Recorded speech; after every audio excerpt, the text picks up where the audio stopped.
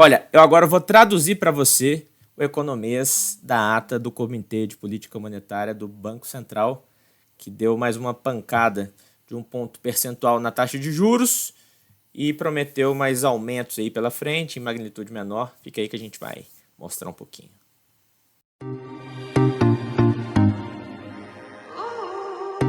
Salve pessoal, esse aqui é o Pra Onde Vamos, o canal para quem se preocupa com os rumos do Brasil.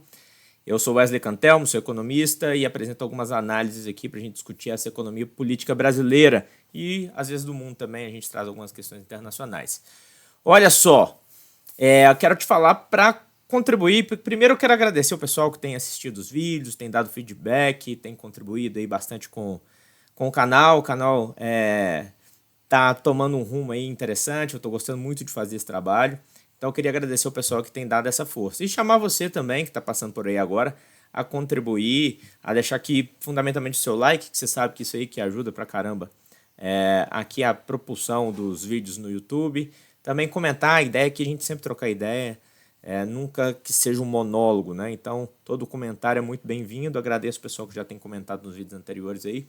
E é isso aí, vamos lá para o assunto que interessa. Ó, saiu agora essa semana a ata do Copom, né? Na semana passada, na verdade, o Banco Central se reuniu, né? E decidiu manter aquilo guidance, né? A orientação que já foi dada lá em dezembro, né? Quando o Banco Central apontou aí um movimento de 3 elevações de 3 ciclos de elevação da taxa de juros, de 1 ponto percentual para cada uma, né? Com uma mega de uma pancada. E essa foi a terceira reunião desde esse guidance, né? Então, portanto, a terceira elevação da taxa de juros. A gente agora está com o juros básico, a taxa Selic, a 14,25% ao ano, o que é um juro enorme. Considerando aí que estamos com inflação na casa de 5%, a gente está com uma taxa de juros real, né? Ou seja, descontando a inflação, de cerca de 9% ao ano, o que é uma mega ultra power taxa de juros, a maior taxa de juros real do mundo, tá bom? Mas vamos entender por quê, né? O que vocês já devem ter escutado bastante, é que é o seguinte: você tem uma tensão inflacionária, ou seja, está acontecendo inflação, né? A gente está tendo inflação na economia brasileira e que, portanto, a taxa de juros seria necessário que ela fosse elevada para que haja esse combate efetivo à inflação. Quem acompanha aqui o canal já sabe que eu sou uma pessoa que vou ao contrário dessa tese, né? Eu e outros economistas, a gente faz um diagnóstico que, na verdade, a inflação brasileira contemporânea, né? Não estou falando nada do processo histórico, estou falando agora, né? A inflação brasileira contemporânea, ela tem sido gerada não por uma pressão de demanda, ou seja, aquela coisa das pessoas estarem comprando, a economia está aquecida demais, e etc. E então isso pressiona os preços para cima, né? Todo mundo está querendo comprar uma coisa, então o preço daquela coisa fica mais alto. Não é disso que se trata na economia brasileira hoje. A economia está num ciclo de aquecimento? Sim, né? Por enquanto, porque a gente vai ver que o objetivo do Banco Central é outro, né? Então sim, a economia brasileira está um tanto quanto aquecida, mas não pressionando os preços, e a gente consegue ver isso por meio da análise mais detida, ali, mais detalhada da dinâmica da inflação.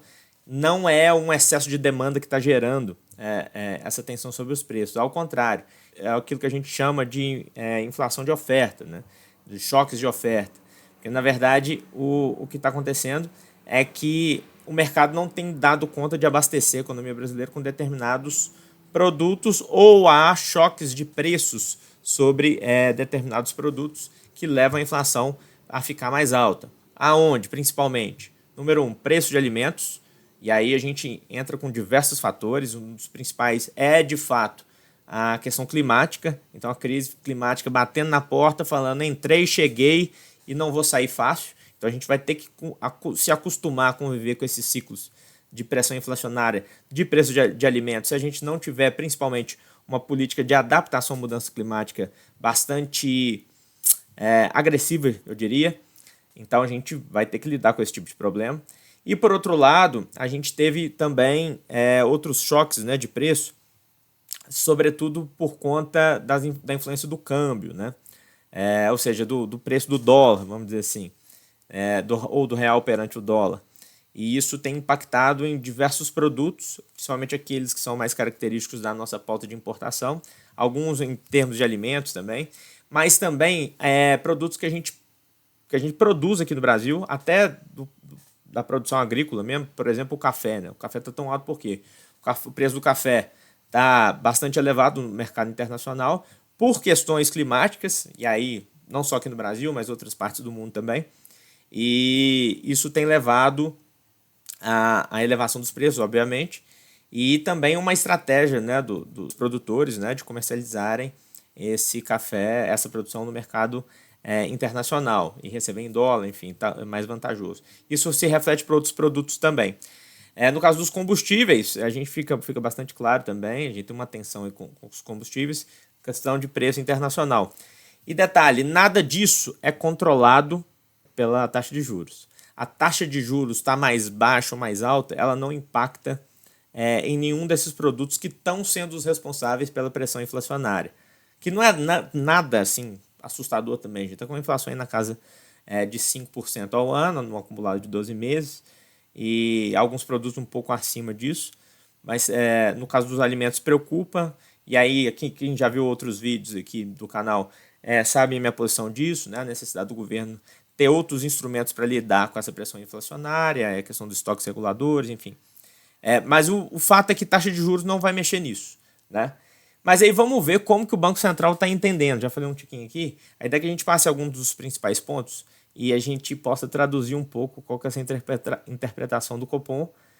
Esse Copom já dirigido por Gabriel Galípolo, né, indicado pelo presidente Lula. Então fica aí uma interrogação, né? O que esperar, né? É a última reunião em que pode se dar uma certa desculpa, né? Porque a gente pode falar que isso já estava previsto no guidance lá de dezembro, ainda quando o presidente era o Campos Neto, e o Galípolo já tinha dado sinais, inclusive teve uma certa confusão no ano passado, quando o Campos Neto tomou medidas para alterar o guidance no meio de um ciclo, né? Então não respeitando o guidance, e o Galípolo deu declarações naquela época, tá quem diga que foi uma armadilha do Campos Neto no final ali, eu duvido muito disso, acho que é mais a linha que o Galípolo está seguindo mesmo, junto com o restante da diretoria, que são pessoas, algumas do Banco Central, outras, inclusive o diretor de política monetária, alguém indicado pelo... Era um ex-funcionário do Bradesco, por exemplo, né, da mesa de operações do Bradesco.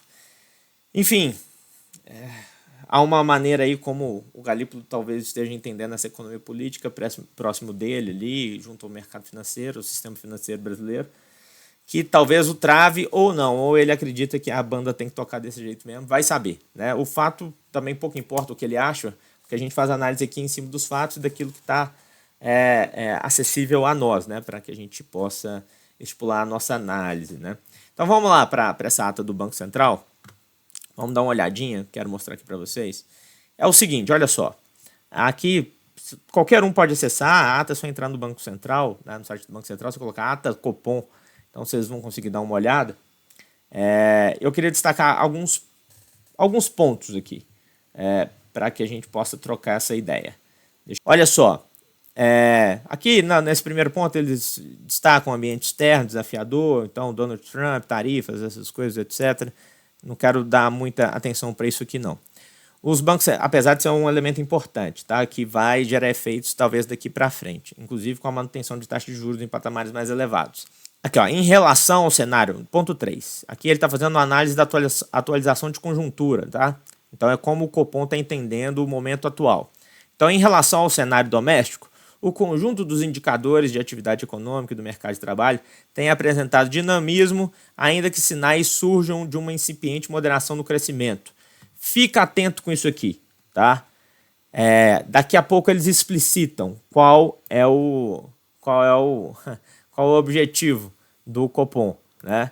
Então eles estão preocupados com isso aqui, ó, com a moderação do crescimento. Então, até eles querem que a economia brasileira desacelere. Então, eles acham que a desaceleração que a gente já começa a observar, né, já começa a observar pelo menos desde dezembro, nesses movimentos de aumento de taxa de juros, ela já existe, mas eles ainda acham que é incipiente. E aí que vem o pulo do gato, olha.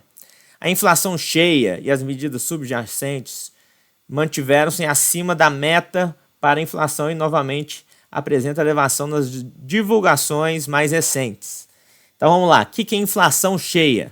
Inflação cheia é o índice conforme você vê, o índice por si só. Então está lá acumulado 5 ponto alguma coisa por cento ao ano. Então isso é inflação cheia, né? Então ela considerando todos os preços, então na média, né? Então essa inflação cheia está se mantendo acima da meta. Qual é a meta? A meta de inflação brasileira é de 3% ao ano, com uma tolerância de 1,5 ponto para cima ou 1,5 ponto para baixo. Então, nesse caso, teria uma tolerância de até 4,5%. Ou seja, se a inflação brasileira está em 5%, ela está um pouquinho aí acima do teto, né, da meta, né, que é 4,5%. E olha só, aqui vem um outro pulo do gato. Quem define a meta? A meta de inflação é definida pelo Comitê Monetário Nacional, que é composto por quem? Né? É composto atualmente pelo Ministério da Fazenda, né, por lei, né, definida assim, pelo Ministério da Fazenda. Quem é o ministro da Fazenda? Fernando Haddad. Pelo Ministério do Planejamento, Simone Tebet. E pelo presidente do Banco Central, Gabriel Galípolo. Tá? E é o comitê que define a meta de inflação. Para quem está entendendo, para quem está analisando, muitos economistas, colegas aí do mesmo campo que eu, acham um absurdo essa meta 3%. Né? Não é a realidade da inflação da economia brasileira e gera esse impulso por uma política monetária mais restritiva, né? Ou seja, para essa manutenção de patamares mais elevados de taxa de juros, que é bom para muita gente, tá? É bom para quem opera na dívida pública brasileira, né? Comprando títulos, enfim. E aí vem o outro pulo do gato aqui, ó. As expectativas de inflação para 2025 e 2026, apuradas pela pesquisa Focus, elevaram-se de forma relevante e situam-se em 5,7% e 4,5%, respectivamente. Olha só, então, para 2025 ficando em 5,7%, a previsão do Focus, e 4,5% para 2026. Seria ali no teto da meta, né? Vamos pensar o seguinte, importante se ligar nisso. Quem que é o Boletim Focus? É um grupo pequenininho de instituições do sistema financeiro brasileiro, ou seja, não escuta a indústria, não escuta você, não escuta o consumidor, não escuta centro de pesquisa, não escuta ninguém, escuta meia dúzia de bancos, meia dúzia assim, são 100 e poucos representantes aí, e que são pessoas que em geral operam na dívida pública brasileira. Então, portanto, tem um interesse em manter um patamar de rendimento real, né? Ou seja, quanto mais afastado ali a taxa de juros básica, né, da inflação real, ou seja, você tem uma taxa de juros real, para eles é melhor, tá? Então, só para a gente se ligar nisso. E aí, o outro aspecto que eu quero chamar a atenção é o seguinte, olha só. Aqui eles estão falando que o cenário da inflação segue desafiador, o comitê analisou a atividade econômica, a demanda agregada, as expectativas de inflação, inflação corrente e o cenário internacional. Então, eles discutiram isso lá entre eles. Aí aqui, ó, tá tudo que a gente precisa saber, praticamente. Tá? Aqui tá tudo, nesse item 6. Olha só, vou ler e vou traduzindo, tá bom? O comitê segue avaliando que o cenário base prospectivo envolve uma desaceleração da atividade econômica. Ou seja, segue avaliando que o cenário base prospectivo envolve essa desaceleração. Então, eles estão entendendo que a desaceleração já está ocorrendo, ok? Então, tem um cenário prospectivo, ou seja, um cenário para frente, que eles esperam uma desaceleração, que a economia caia, perfeito? Na sua atividade. Isso já está acontecendo. Eles vão analisar a magnitude disso. E o que eles querem com isso, né? A qual é parte do processo de transmissão da política monetária, ou seja, é parte do processo daquilo que a política monetária impacta, ou seja, que a elevação da taxa de juros impacta, e elemento necessário para a convergência da meta, da inflação à meta. Ou seja, está acontecendo uma desaceleração, a gente já vê isso, o nosso cenário prospectivo, em função da taxa de juros que a gente está determinando, é de mais desaceleração por mais algum tempo. E Essa desaceleração ela é fundamental, na visão do Banco Central, para que a gente tenha a convergência da inflação à meta, ou seja, para que a inflação possa cair. E aí a gente volta ao início da nossa conversa. Mas como? Se a inflação, os índices de inflação vigentes, né, os produtos que estão levando o índice de inflação a ficar mais elevado, eles não são controlados pela taxa de juros. Vamos vendo. Os dados referentes aos últimos meses seguem oferecendo sinais sugerindo uma incipiente moderação do crescimento. Tá vendo? Incipiente. Não tá, a economia não está desacelerando o suficiente, segundo o Banco Central. Em linha com o cenário base do comitê. O comitê reforçou que alguns indicadores mais recentes, como de serviços, indústria e população ocupada, têm indicado moderação de crescimento após extraordinária resiliência no mercado de trabalho e na atividade econômica. O que eles estão falando aqui? Olha só, estamos começando a ver o setor de serviços dando uma caidinha, estamos começando a ver a indústria caindo um pouquinho e estamos começando a ver que o desemprego pode aumentar um pouquinho. Mas isso não está acontecendo na intensidade e na magnitude que a gente precisa. Ou seja, a gente precisa fazer que os serviços caiam, que a indústria caia e que a população empregada diminua. Ou seja, a gente precisa de gerar desemprego. É o que está sendo dito aqui, tá? E olha só, esses setores tiveram uma extraordinária resiliência. Eles aguentaram tempo demais, né?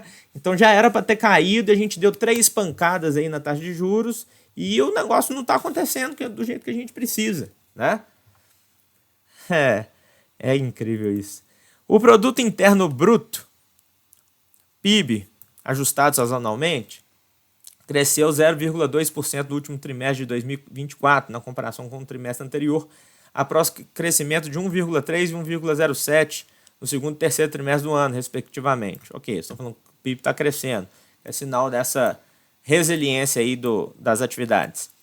Na mesma base de comparação, do lado da demanda agregada, houve redução do consumo das famílias, após uma sequência de 13 aumentos consecutivos. Olha só o que eles estão falando. Durante 13 períodos consecutivos que a gente analisou, o consumo das famílias continuou crescendo. A gente deu a pancada na taxa de juros, o consumo das famílias está começando a cair um pouquinho. Mas veja bem, o consumo das famílias está caindo, mas a inflação está resiliente também. E aí? Taxa de juros controla? Não, é óbvio. A gente vai apertar as famílias tanto do ponto de vista do custo financeiro, ou seja, taxa de juros, quanto do ponto de vista da inflação. E esse sinal de baixo crescimento, de desaceleração do crescimento, venha daí.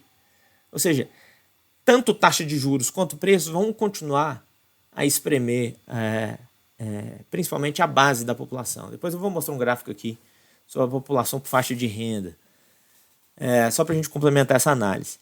De todo modo, persiste a parcimônia nas conclusões no entendimento do passado, sujeito a revisões sazonalizadas, ou seja, a gente ainda pode interpretar mais esses movimentos do passado, do presente, dados mistos contemporâneos que não são uníssonos em uma só direção, ou seja, tem dados apontando para direções diferentes no agora e para o futuro também, mesma coisa, já que antecipa, por exemplo, um forte crescimento agrícola no primeiro trimestre com possíveis desdobramentos para outros setores. Ok, aqui eles estão prevendo, existe uma previsão de que a produção agrícola pode crescer ou pode ter um impacto aí na diminuição dos preços. Entende? Taxa de juros, eles querem manter a coisa em nível global, né? Um número bonitinho aí de juros, apertando, gerando desemprego. Enfim, não faz muito sentido, né?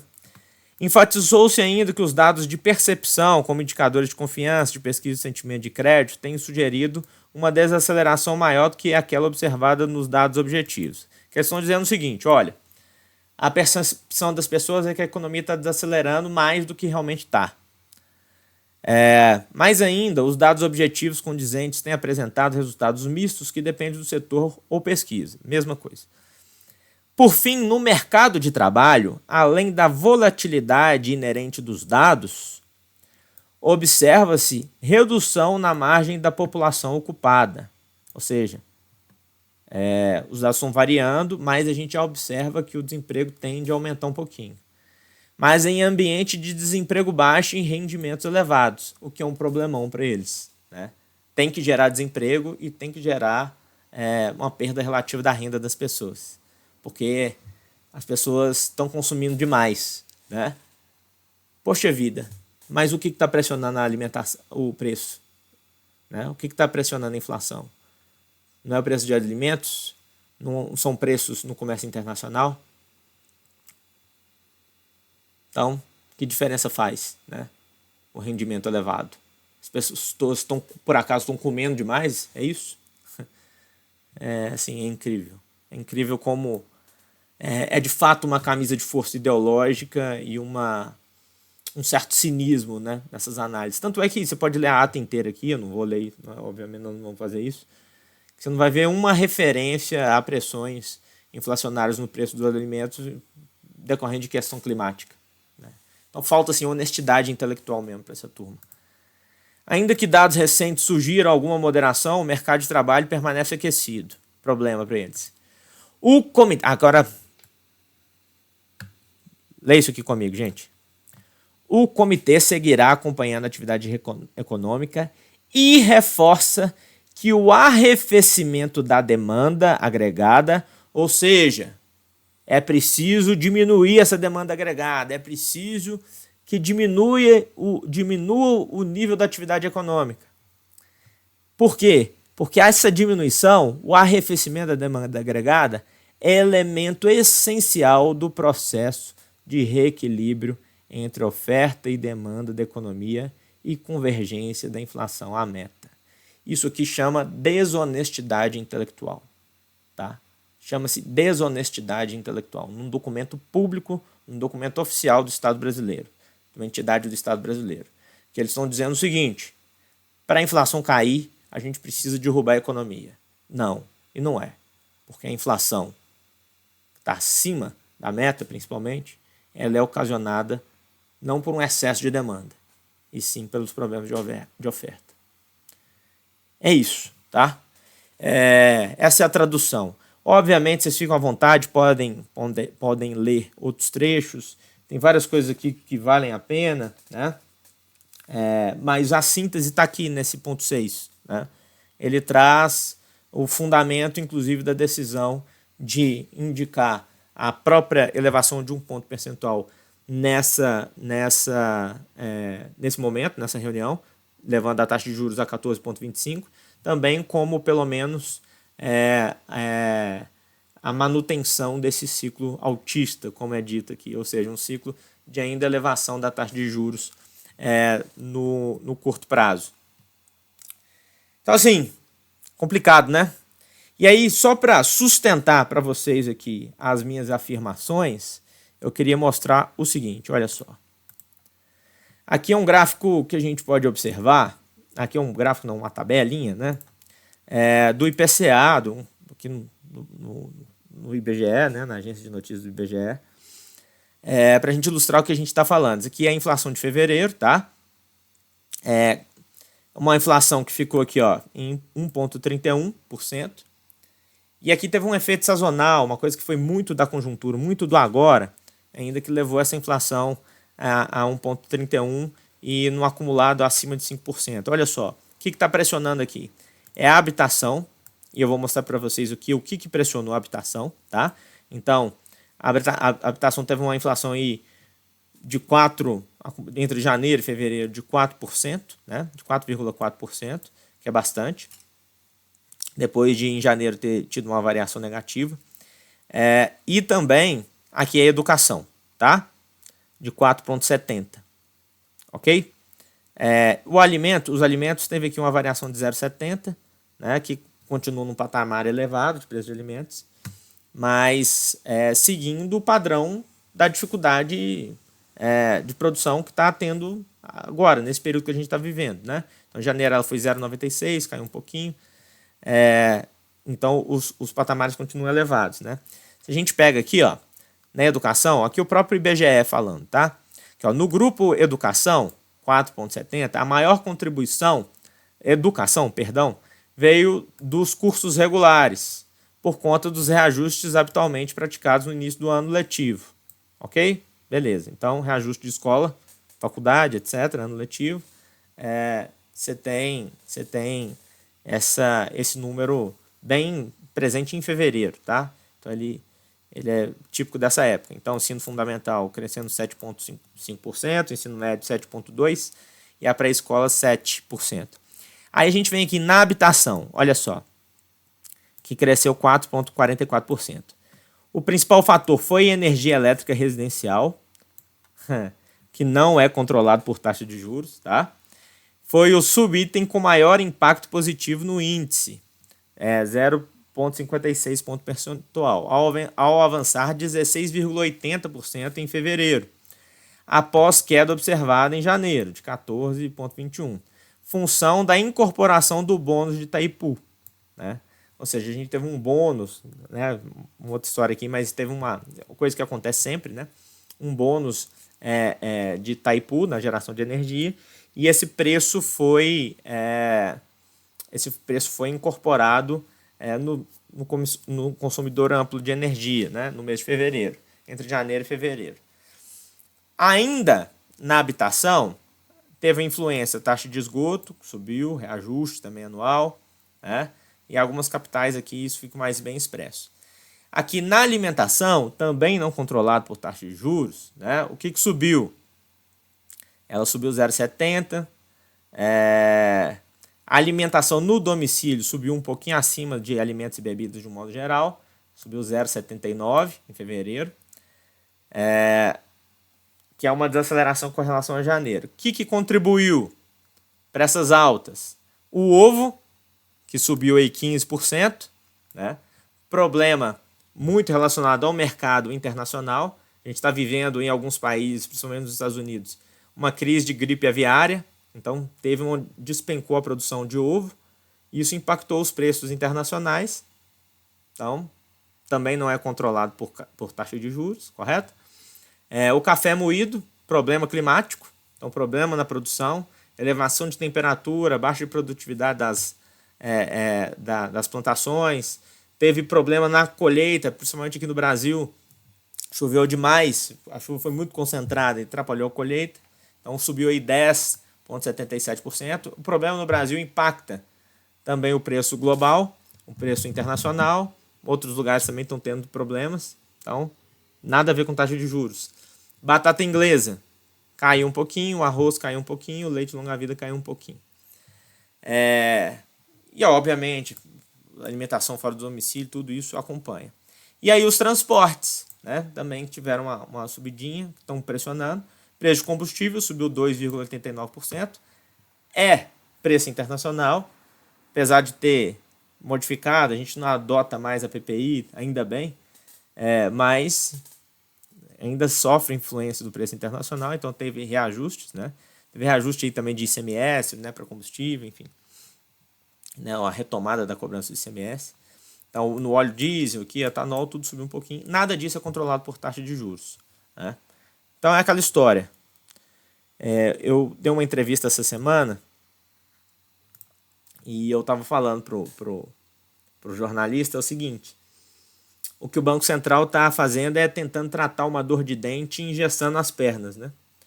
É mais ou menos por aí. E é muito complicado, né? Então, assim, tem uma coisa muito mais profunda aí da economia política para a gente analisar. Não vou trazer aqui hoje. Hoje a ideia era mais a gente dar uma passada nesses números mesmo e dar uma traduzida nessa linguagem do Copom e mostrar essa controvérsia. E controvérsia que eu chamo mesmo de uma falta de honestidade intelectual, uma desonestidade intelectual. Então, mas tem outros elementos, por quê, né, que o Banco Central está seguindo essa linha, eu acho que vale a pena. Em outros vídeos eu já trouxe isso aqui, mas eu acho que vale a pena a gente trazer isso de uma maneira mais detida em outros momentos. E era isso, tá bom? Obrigado, pessoal. Deixa aí o like se gostou, se ajudou um pouquinho nessa interpretação. Comenta aí, vamos conversar, vamos compartilhar também, para quem a gente achar que deve. Um abraço, um beijo, até a próxima.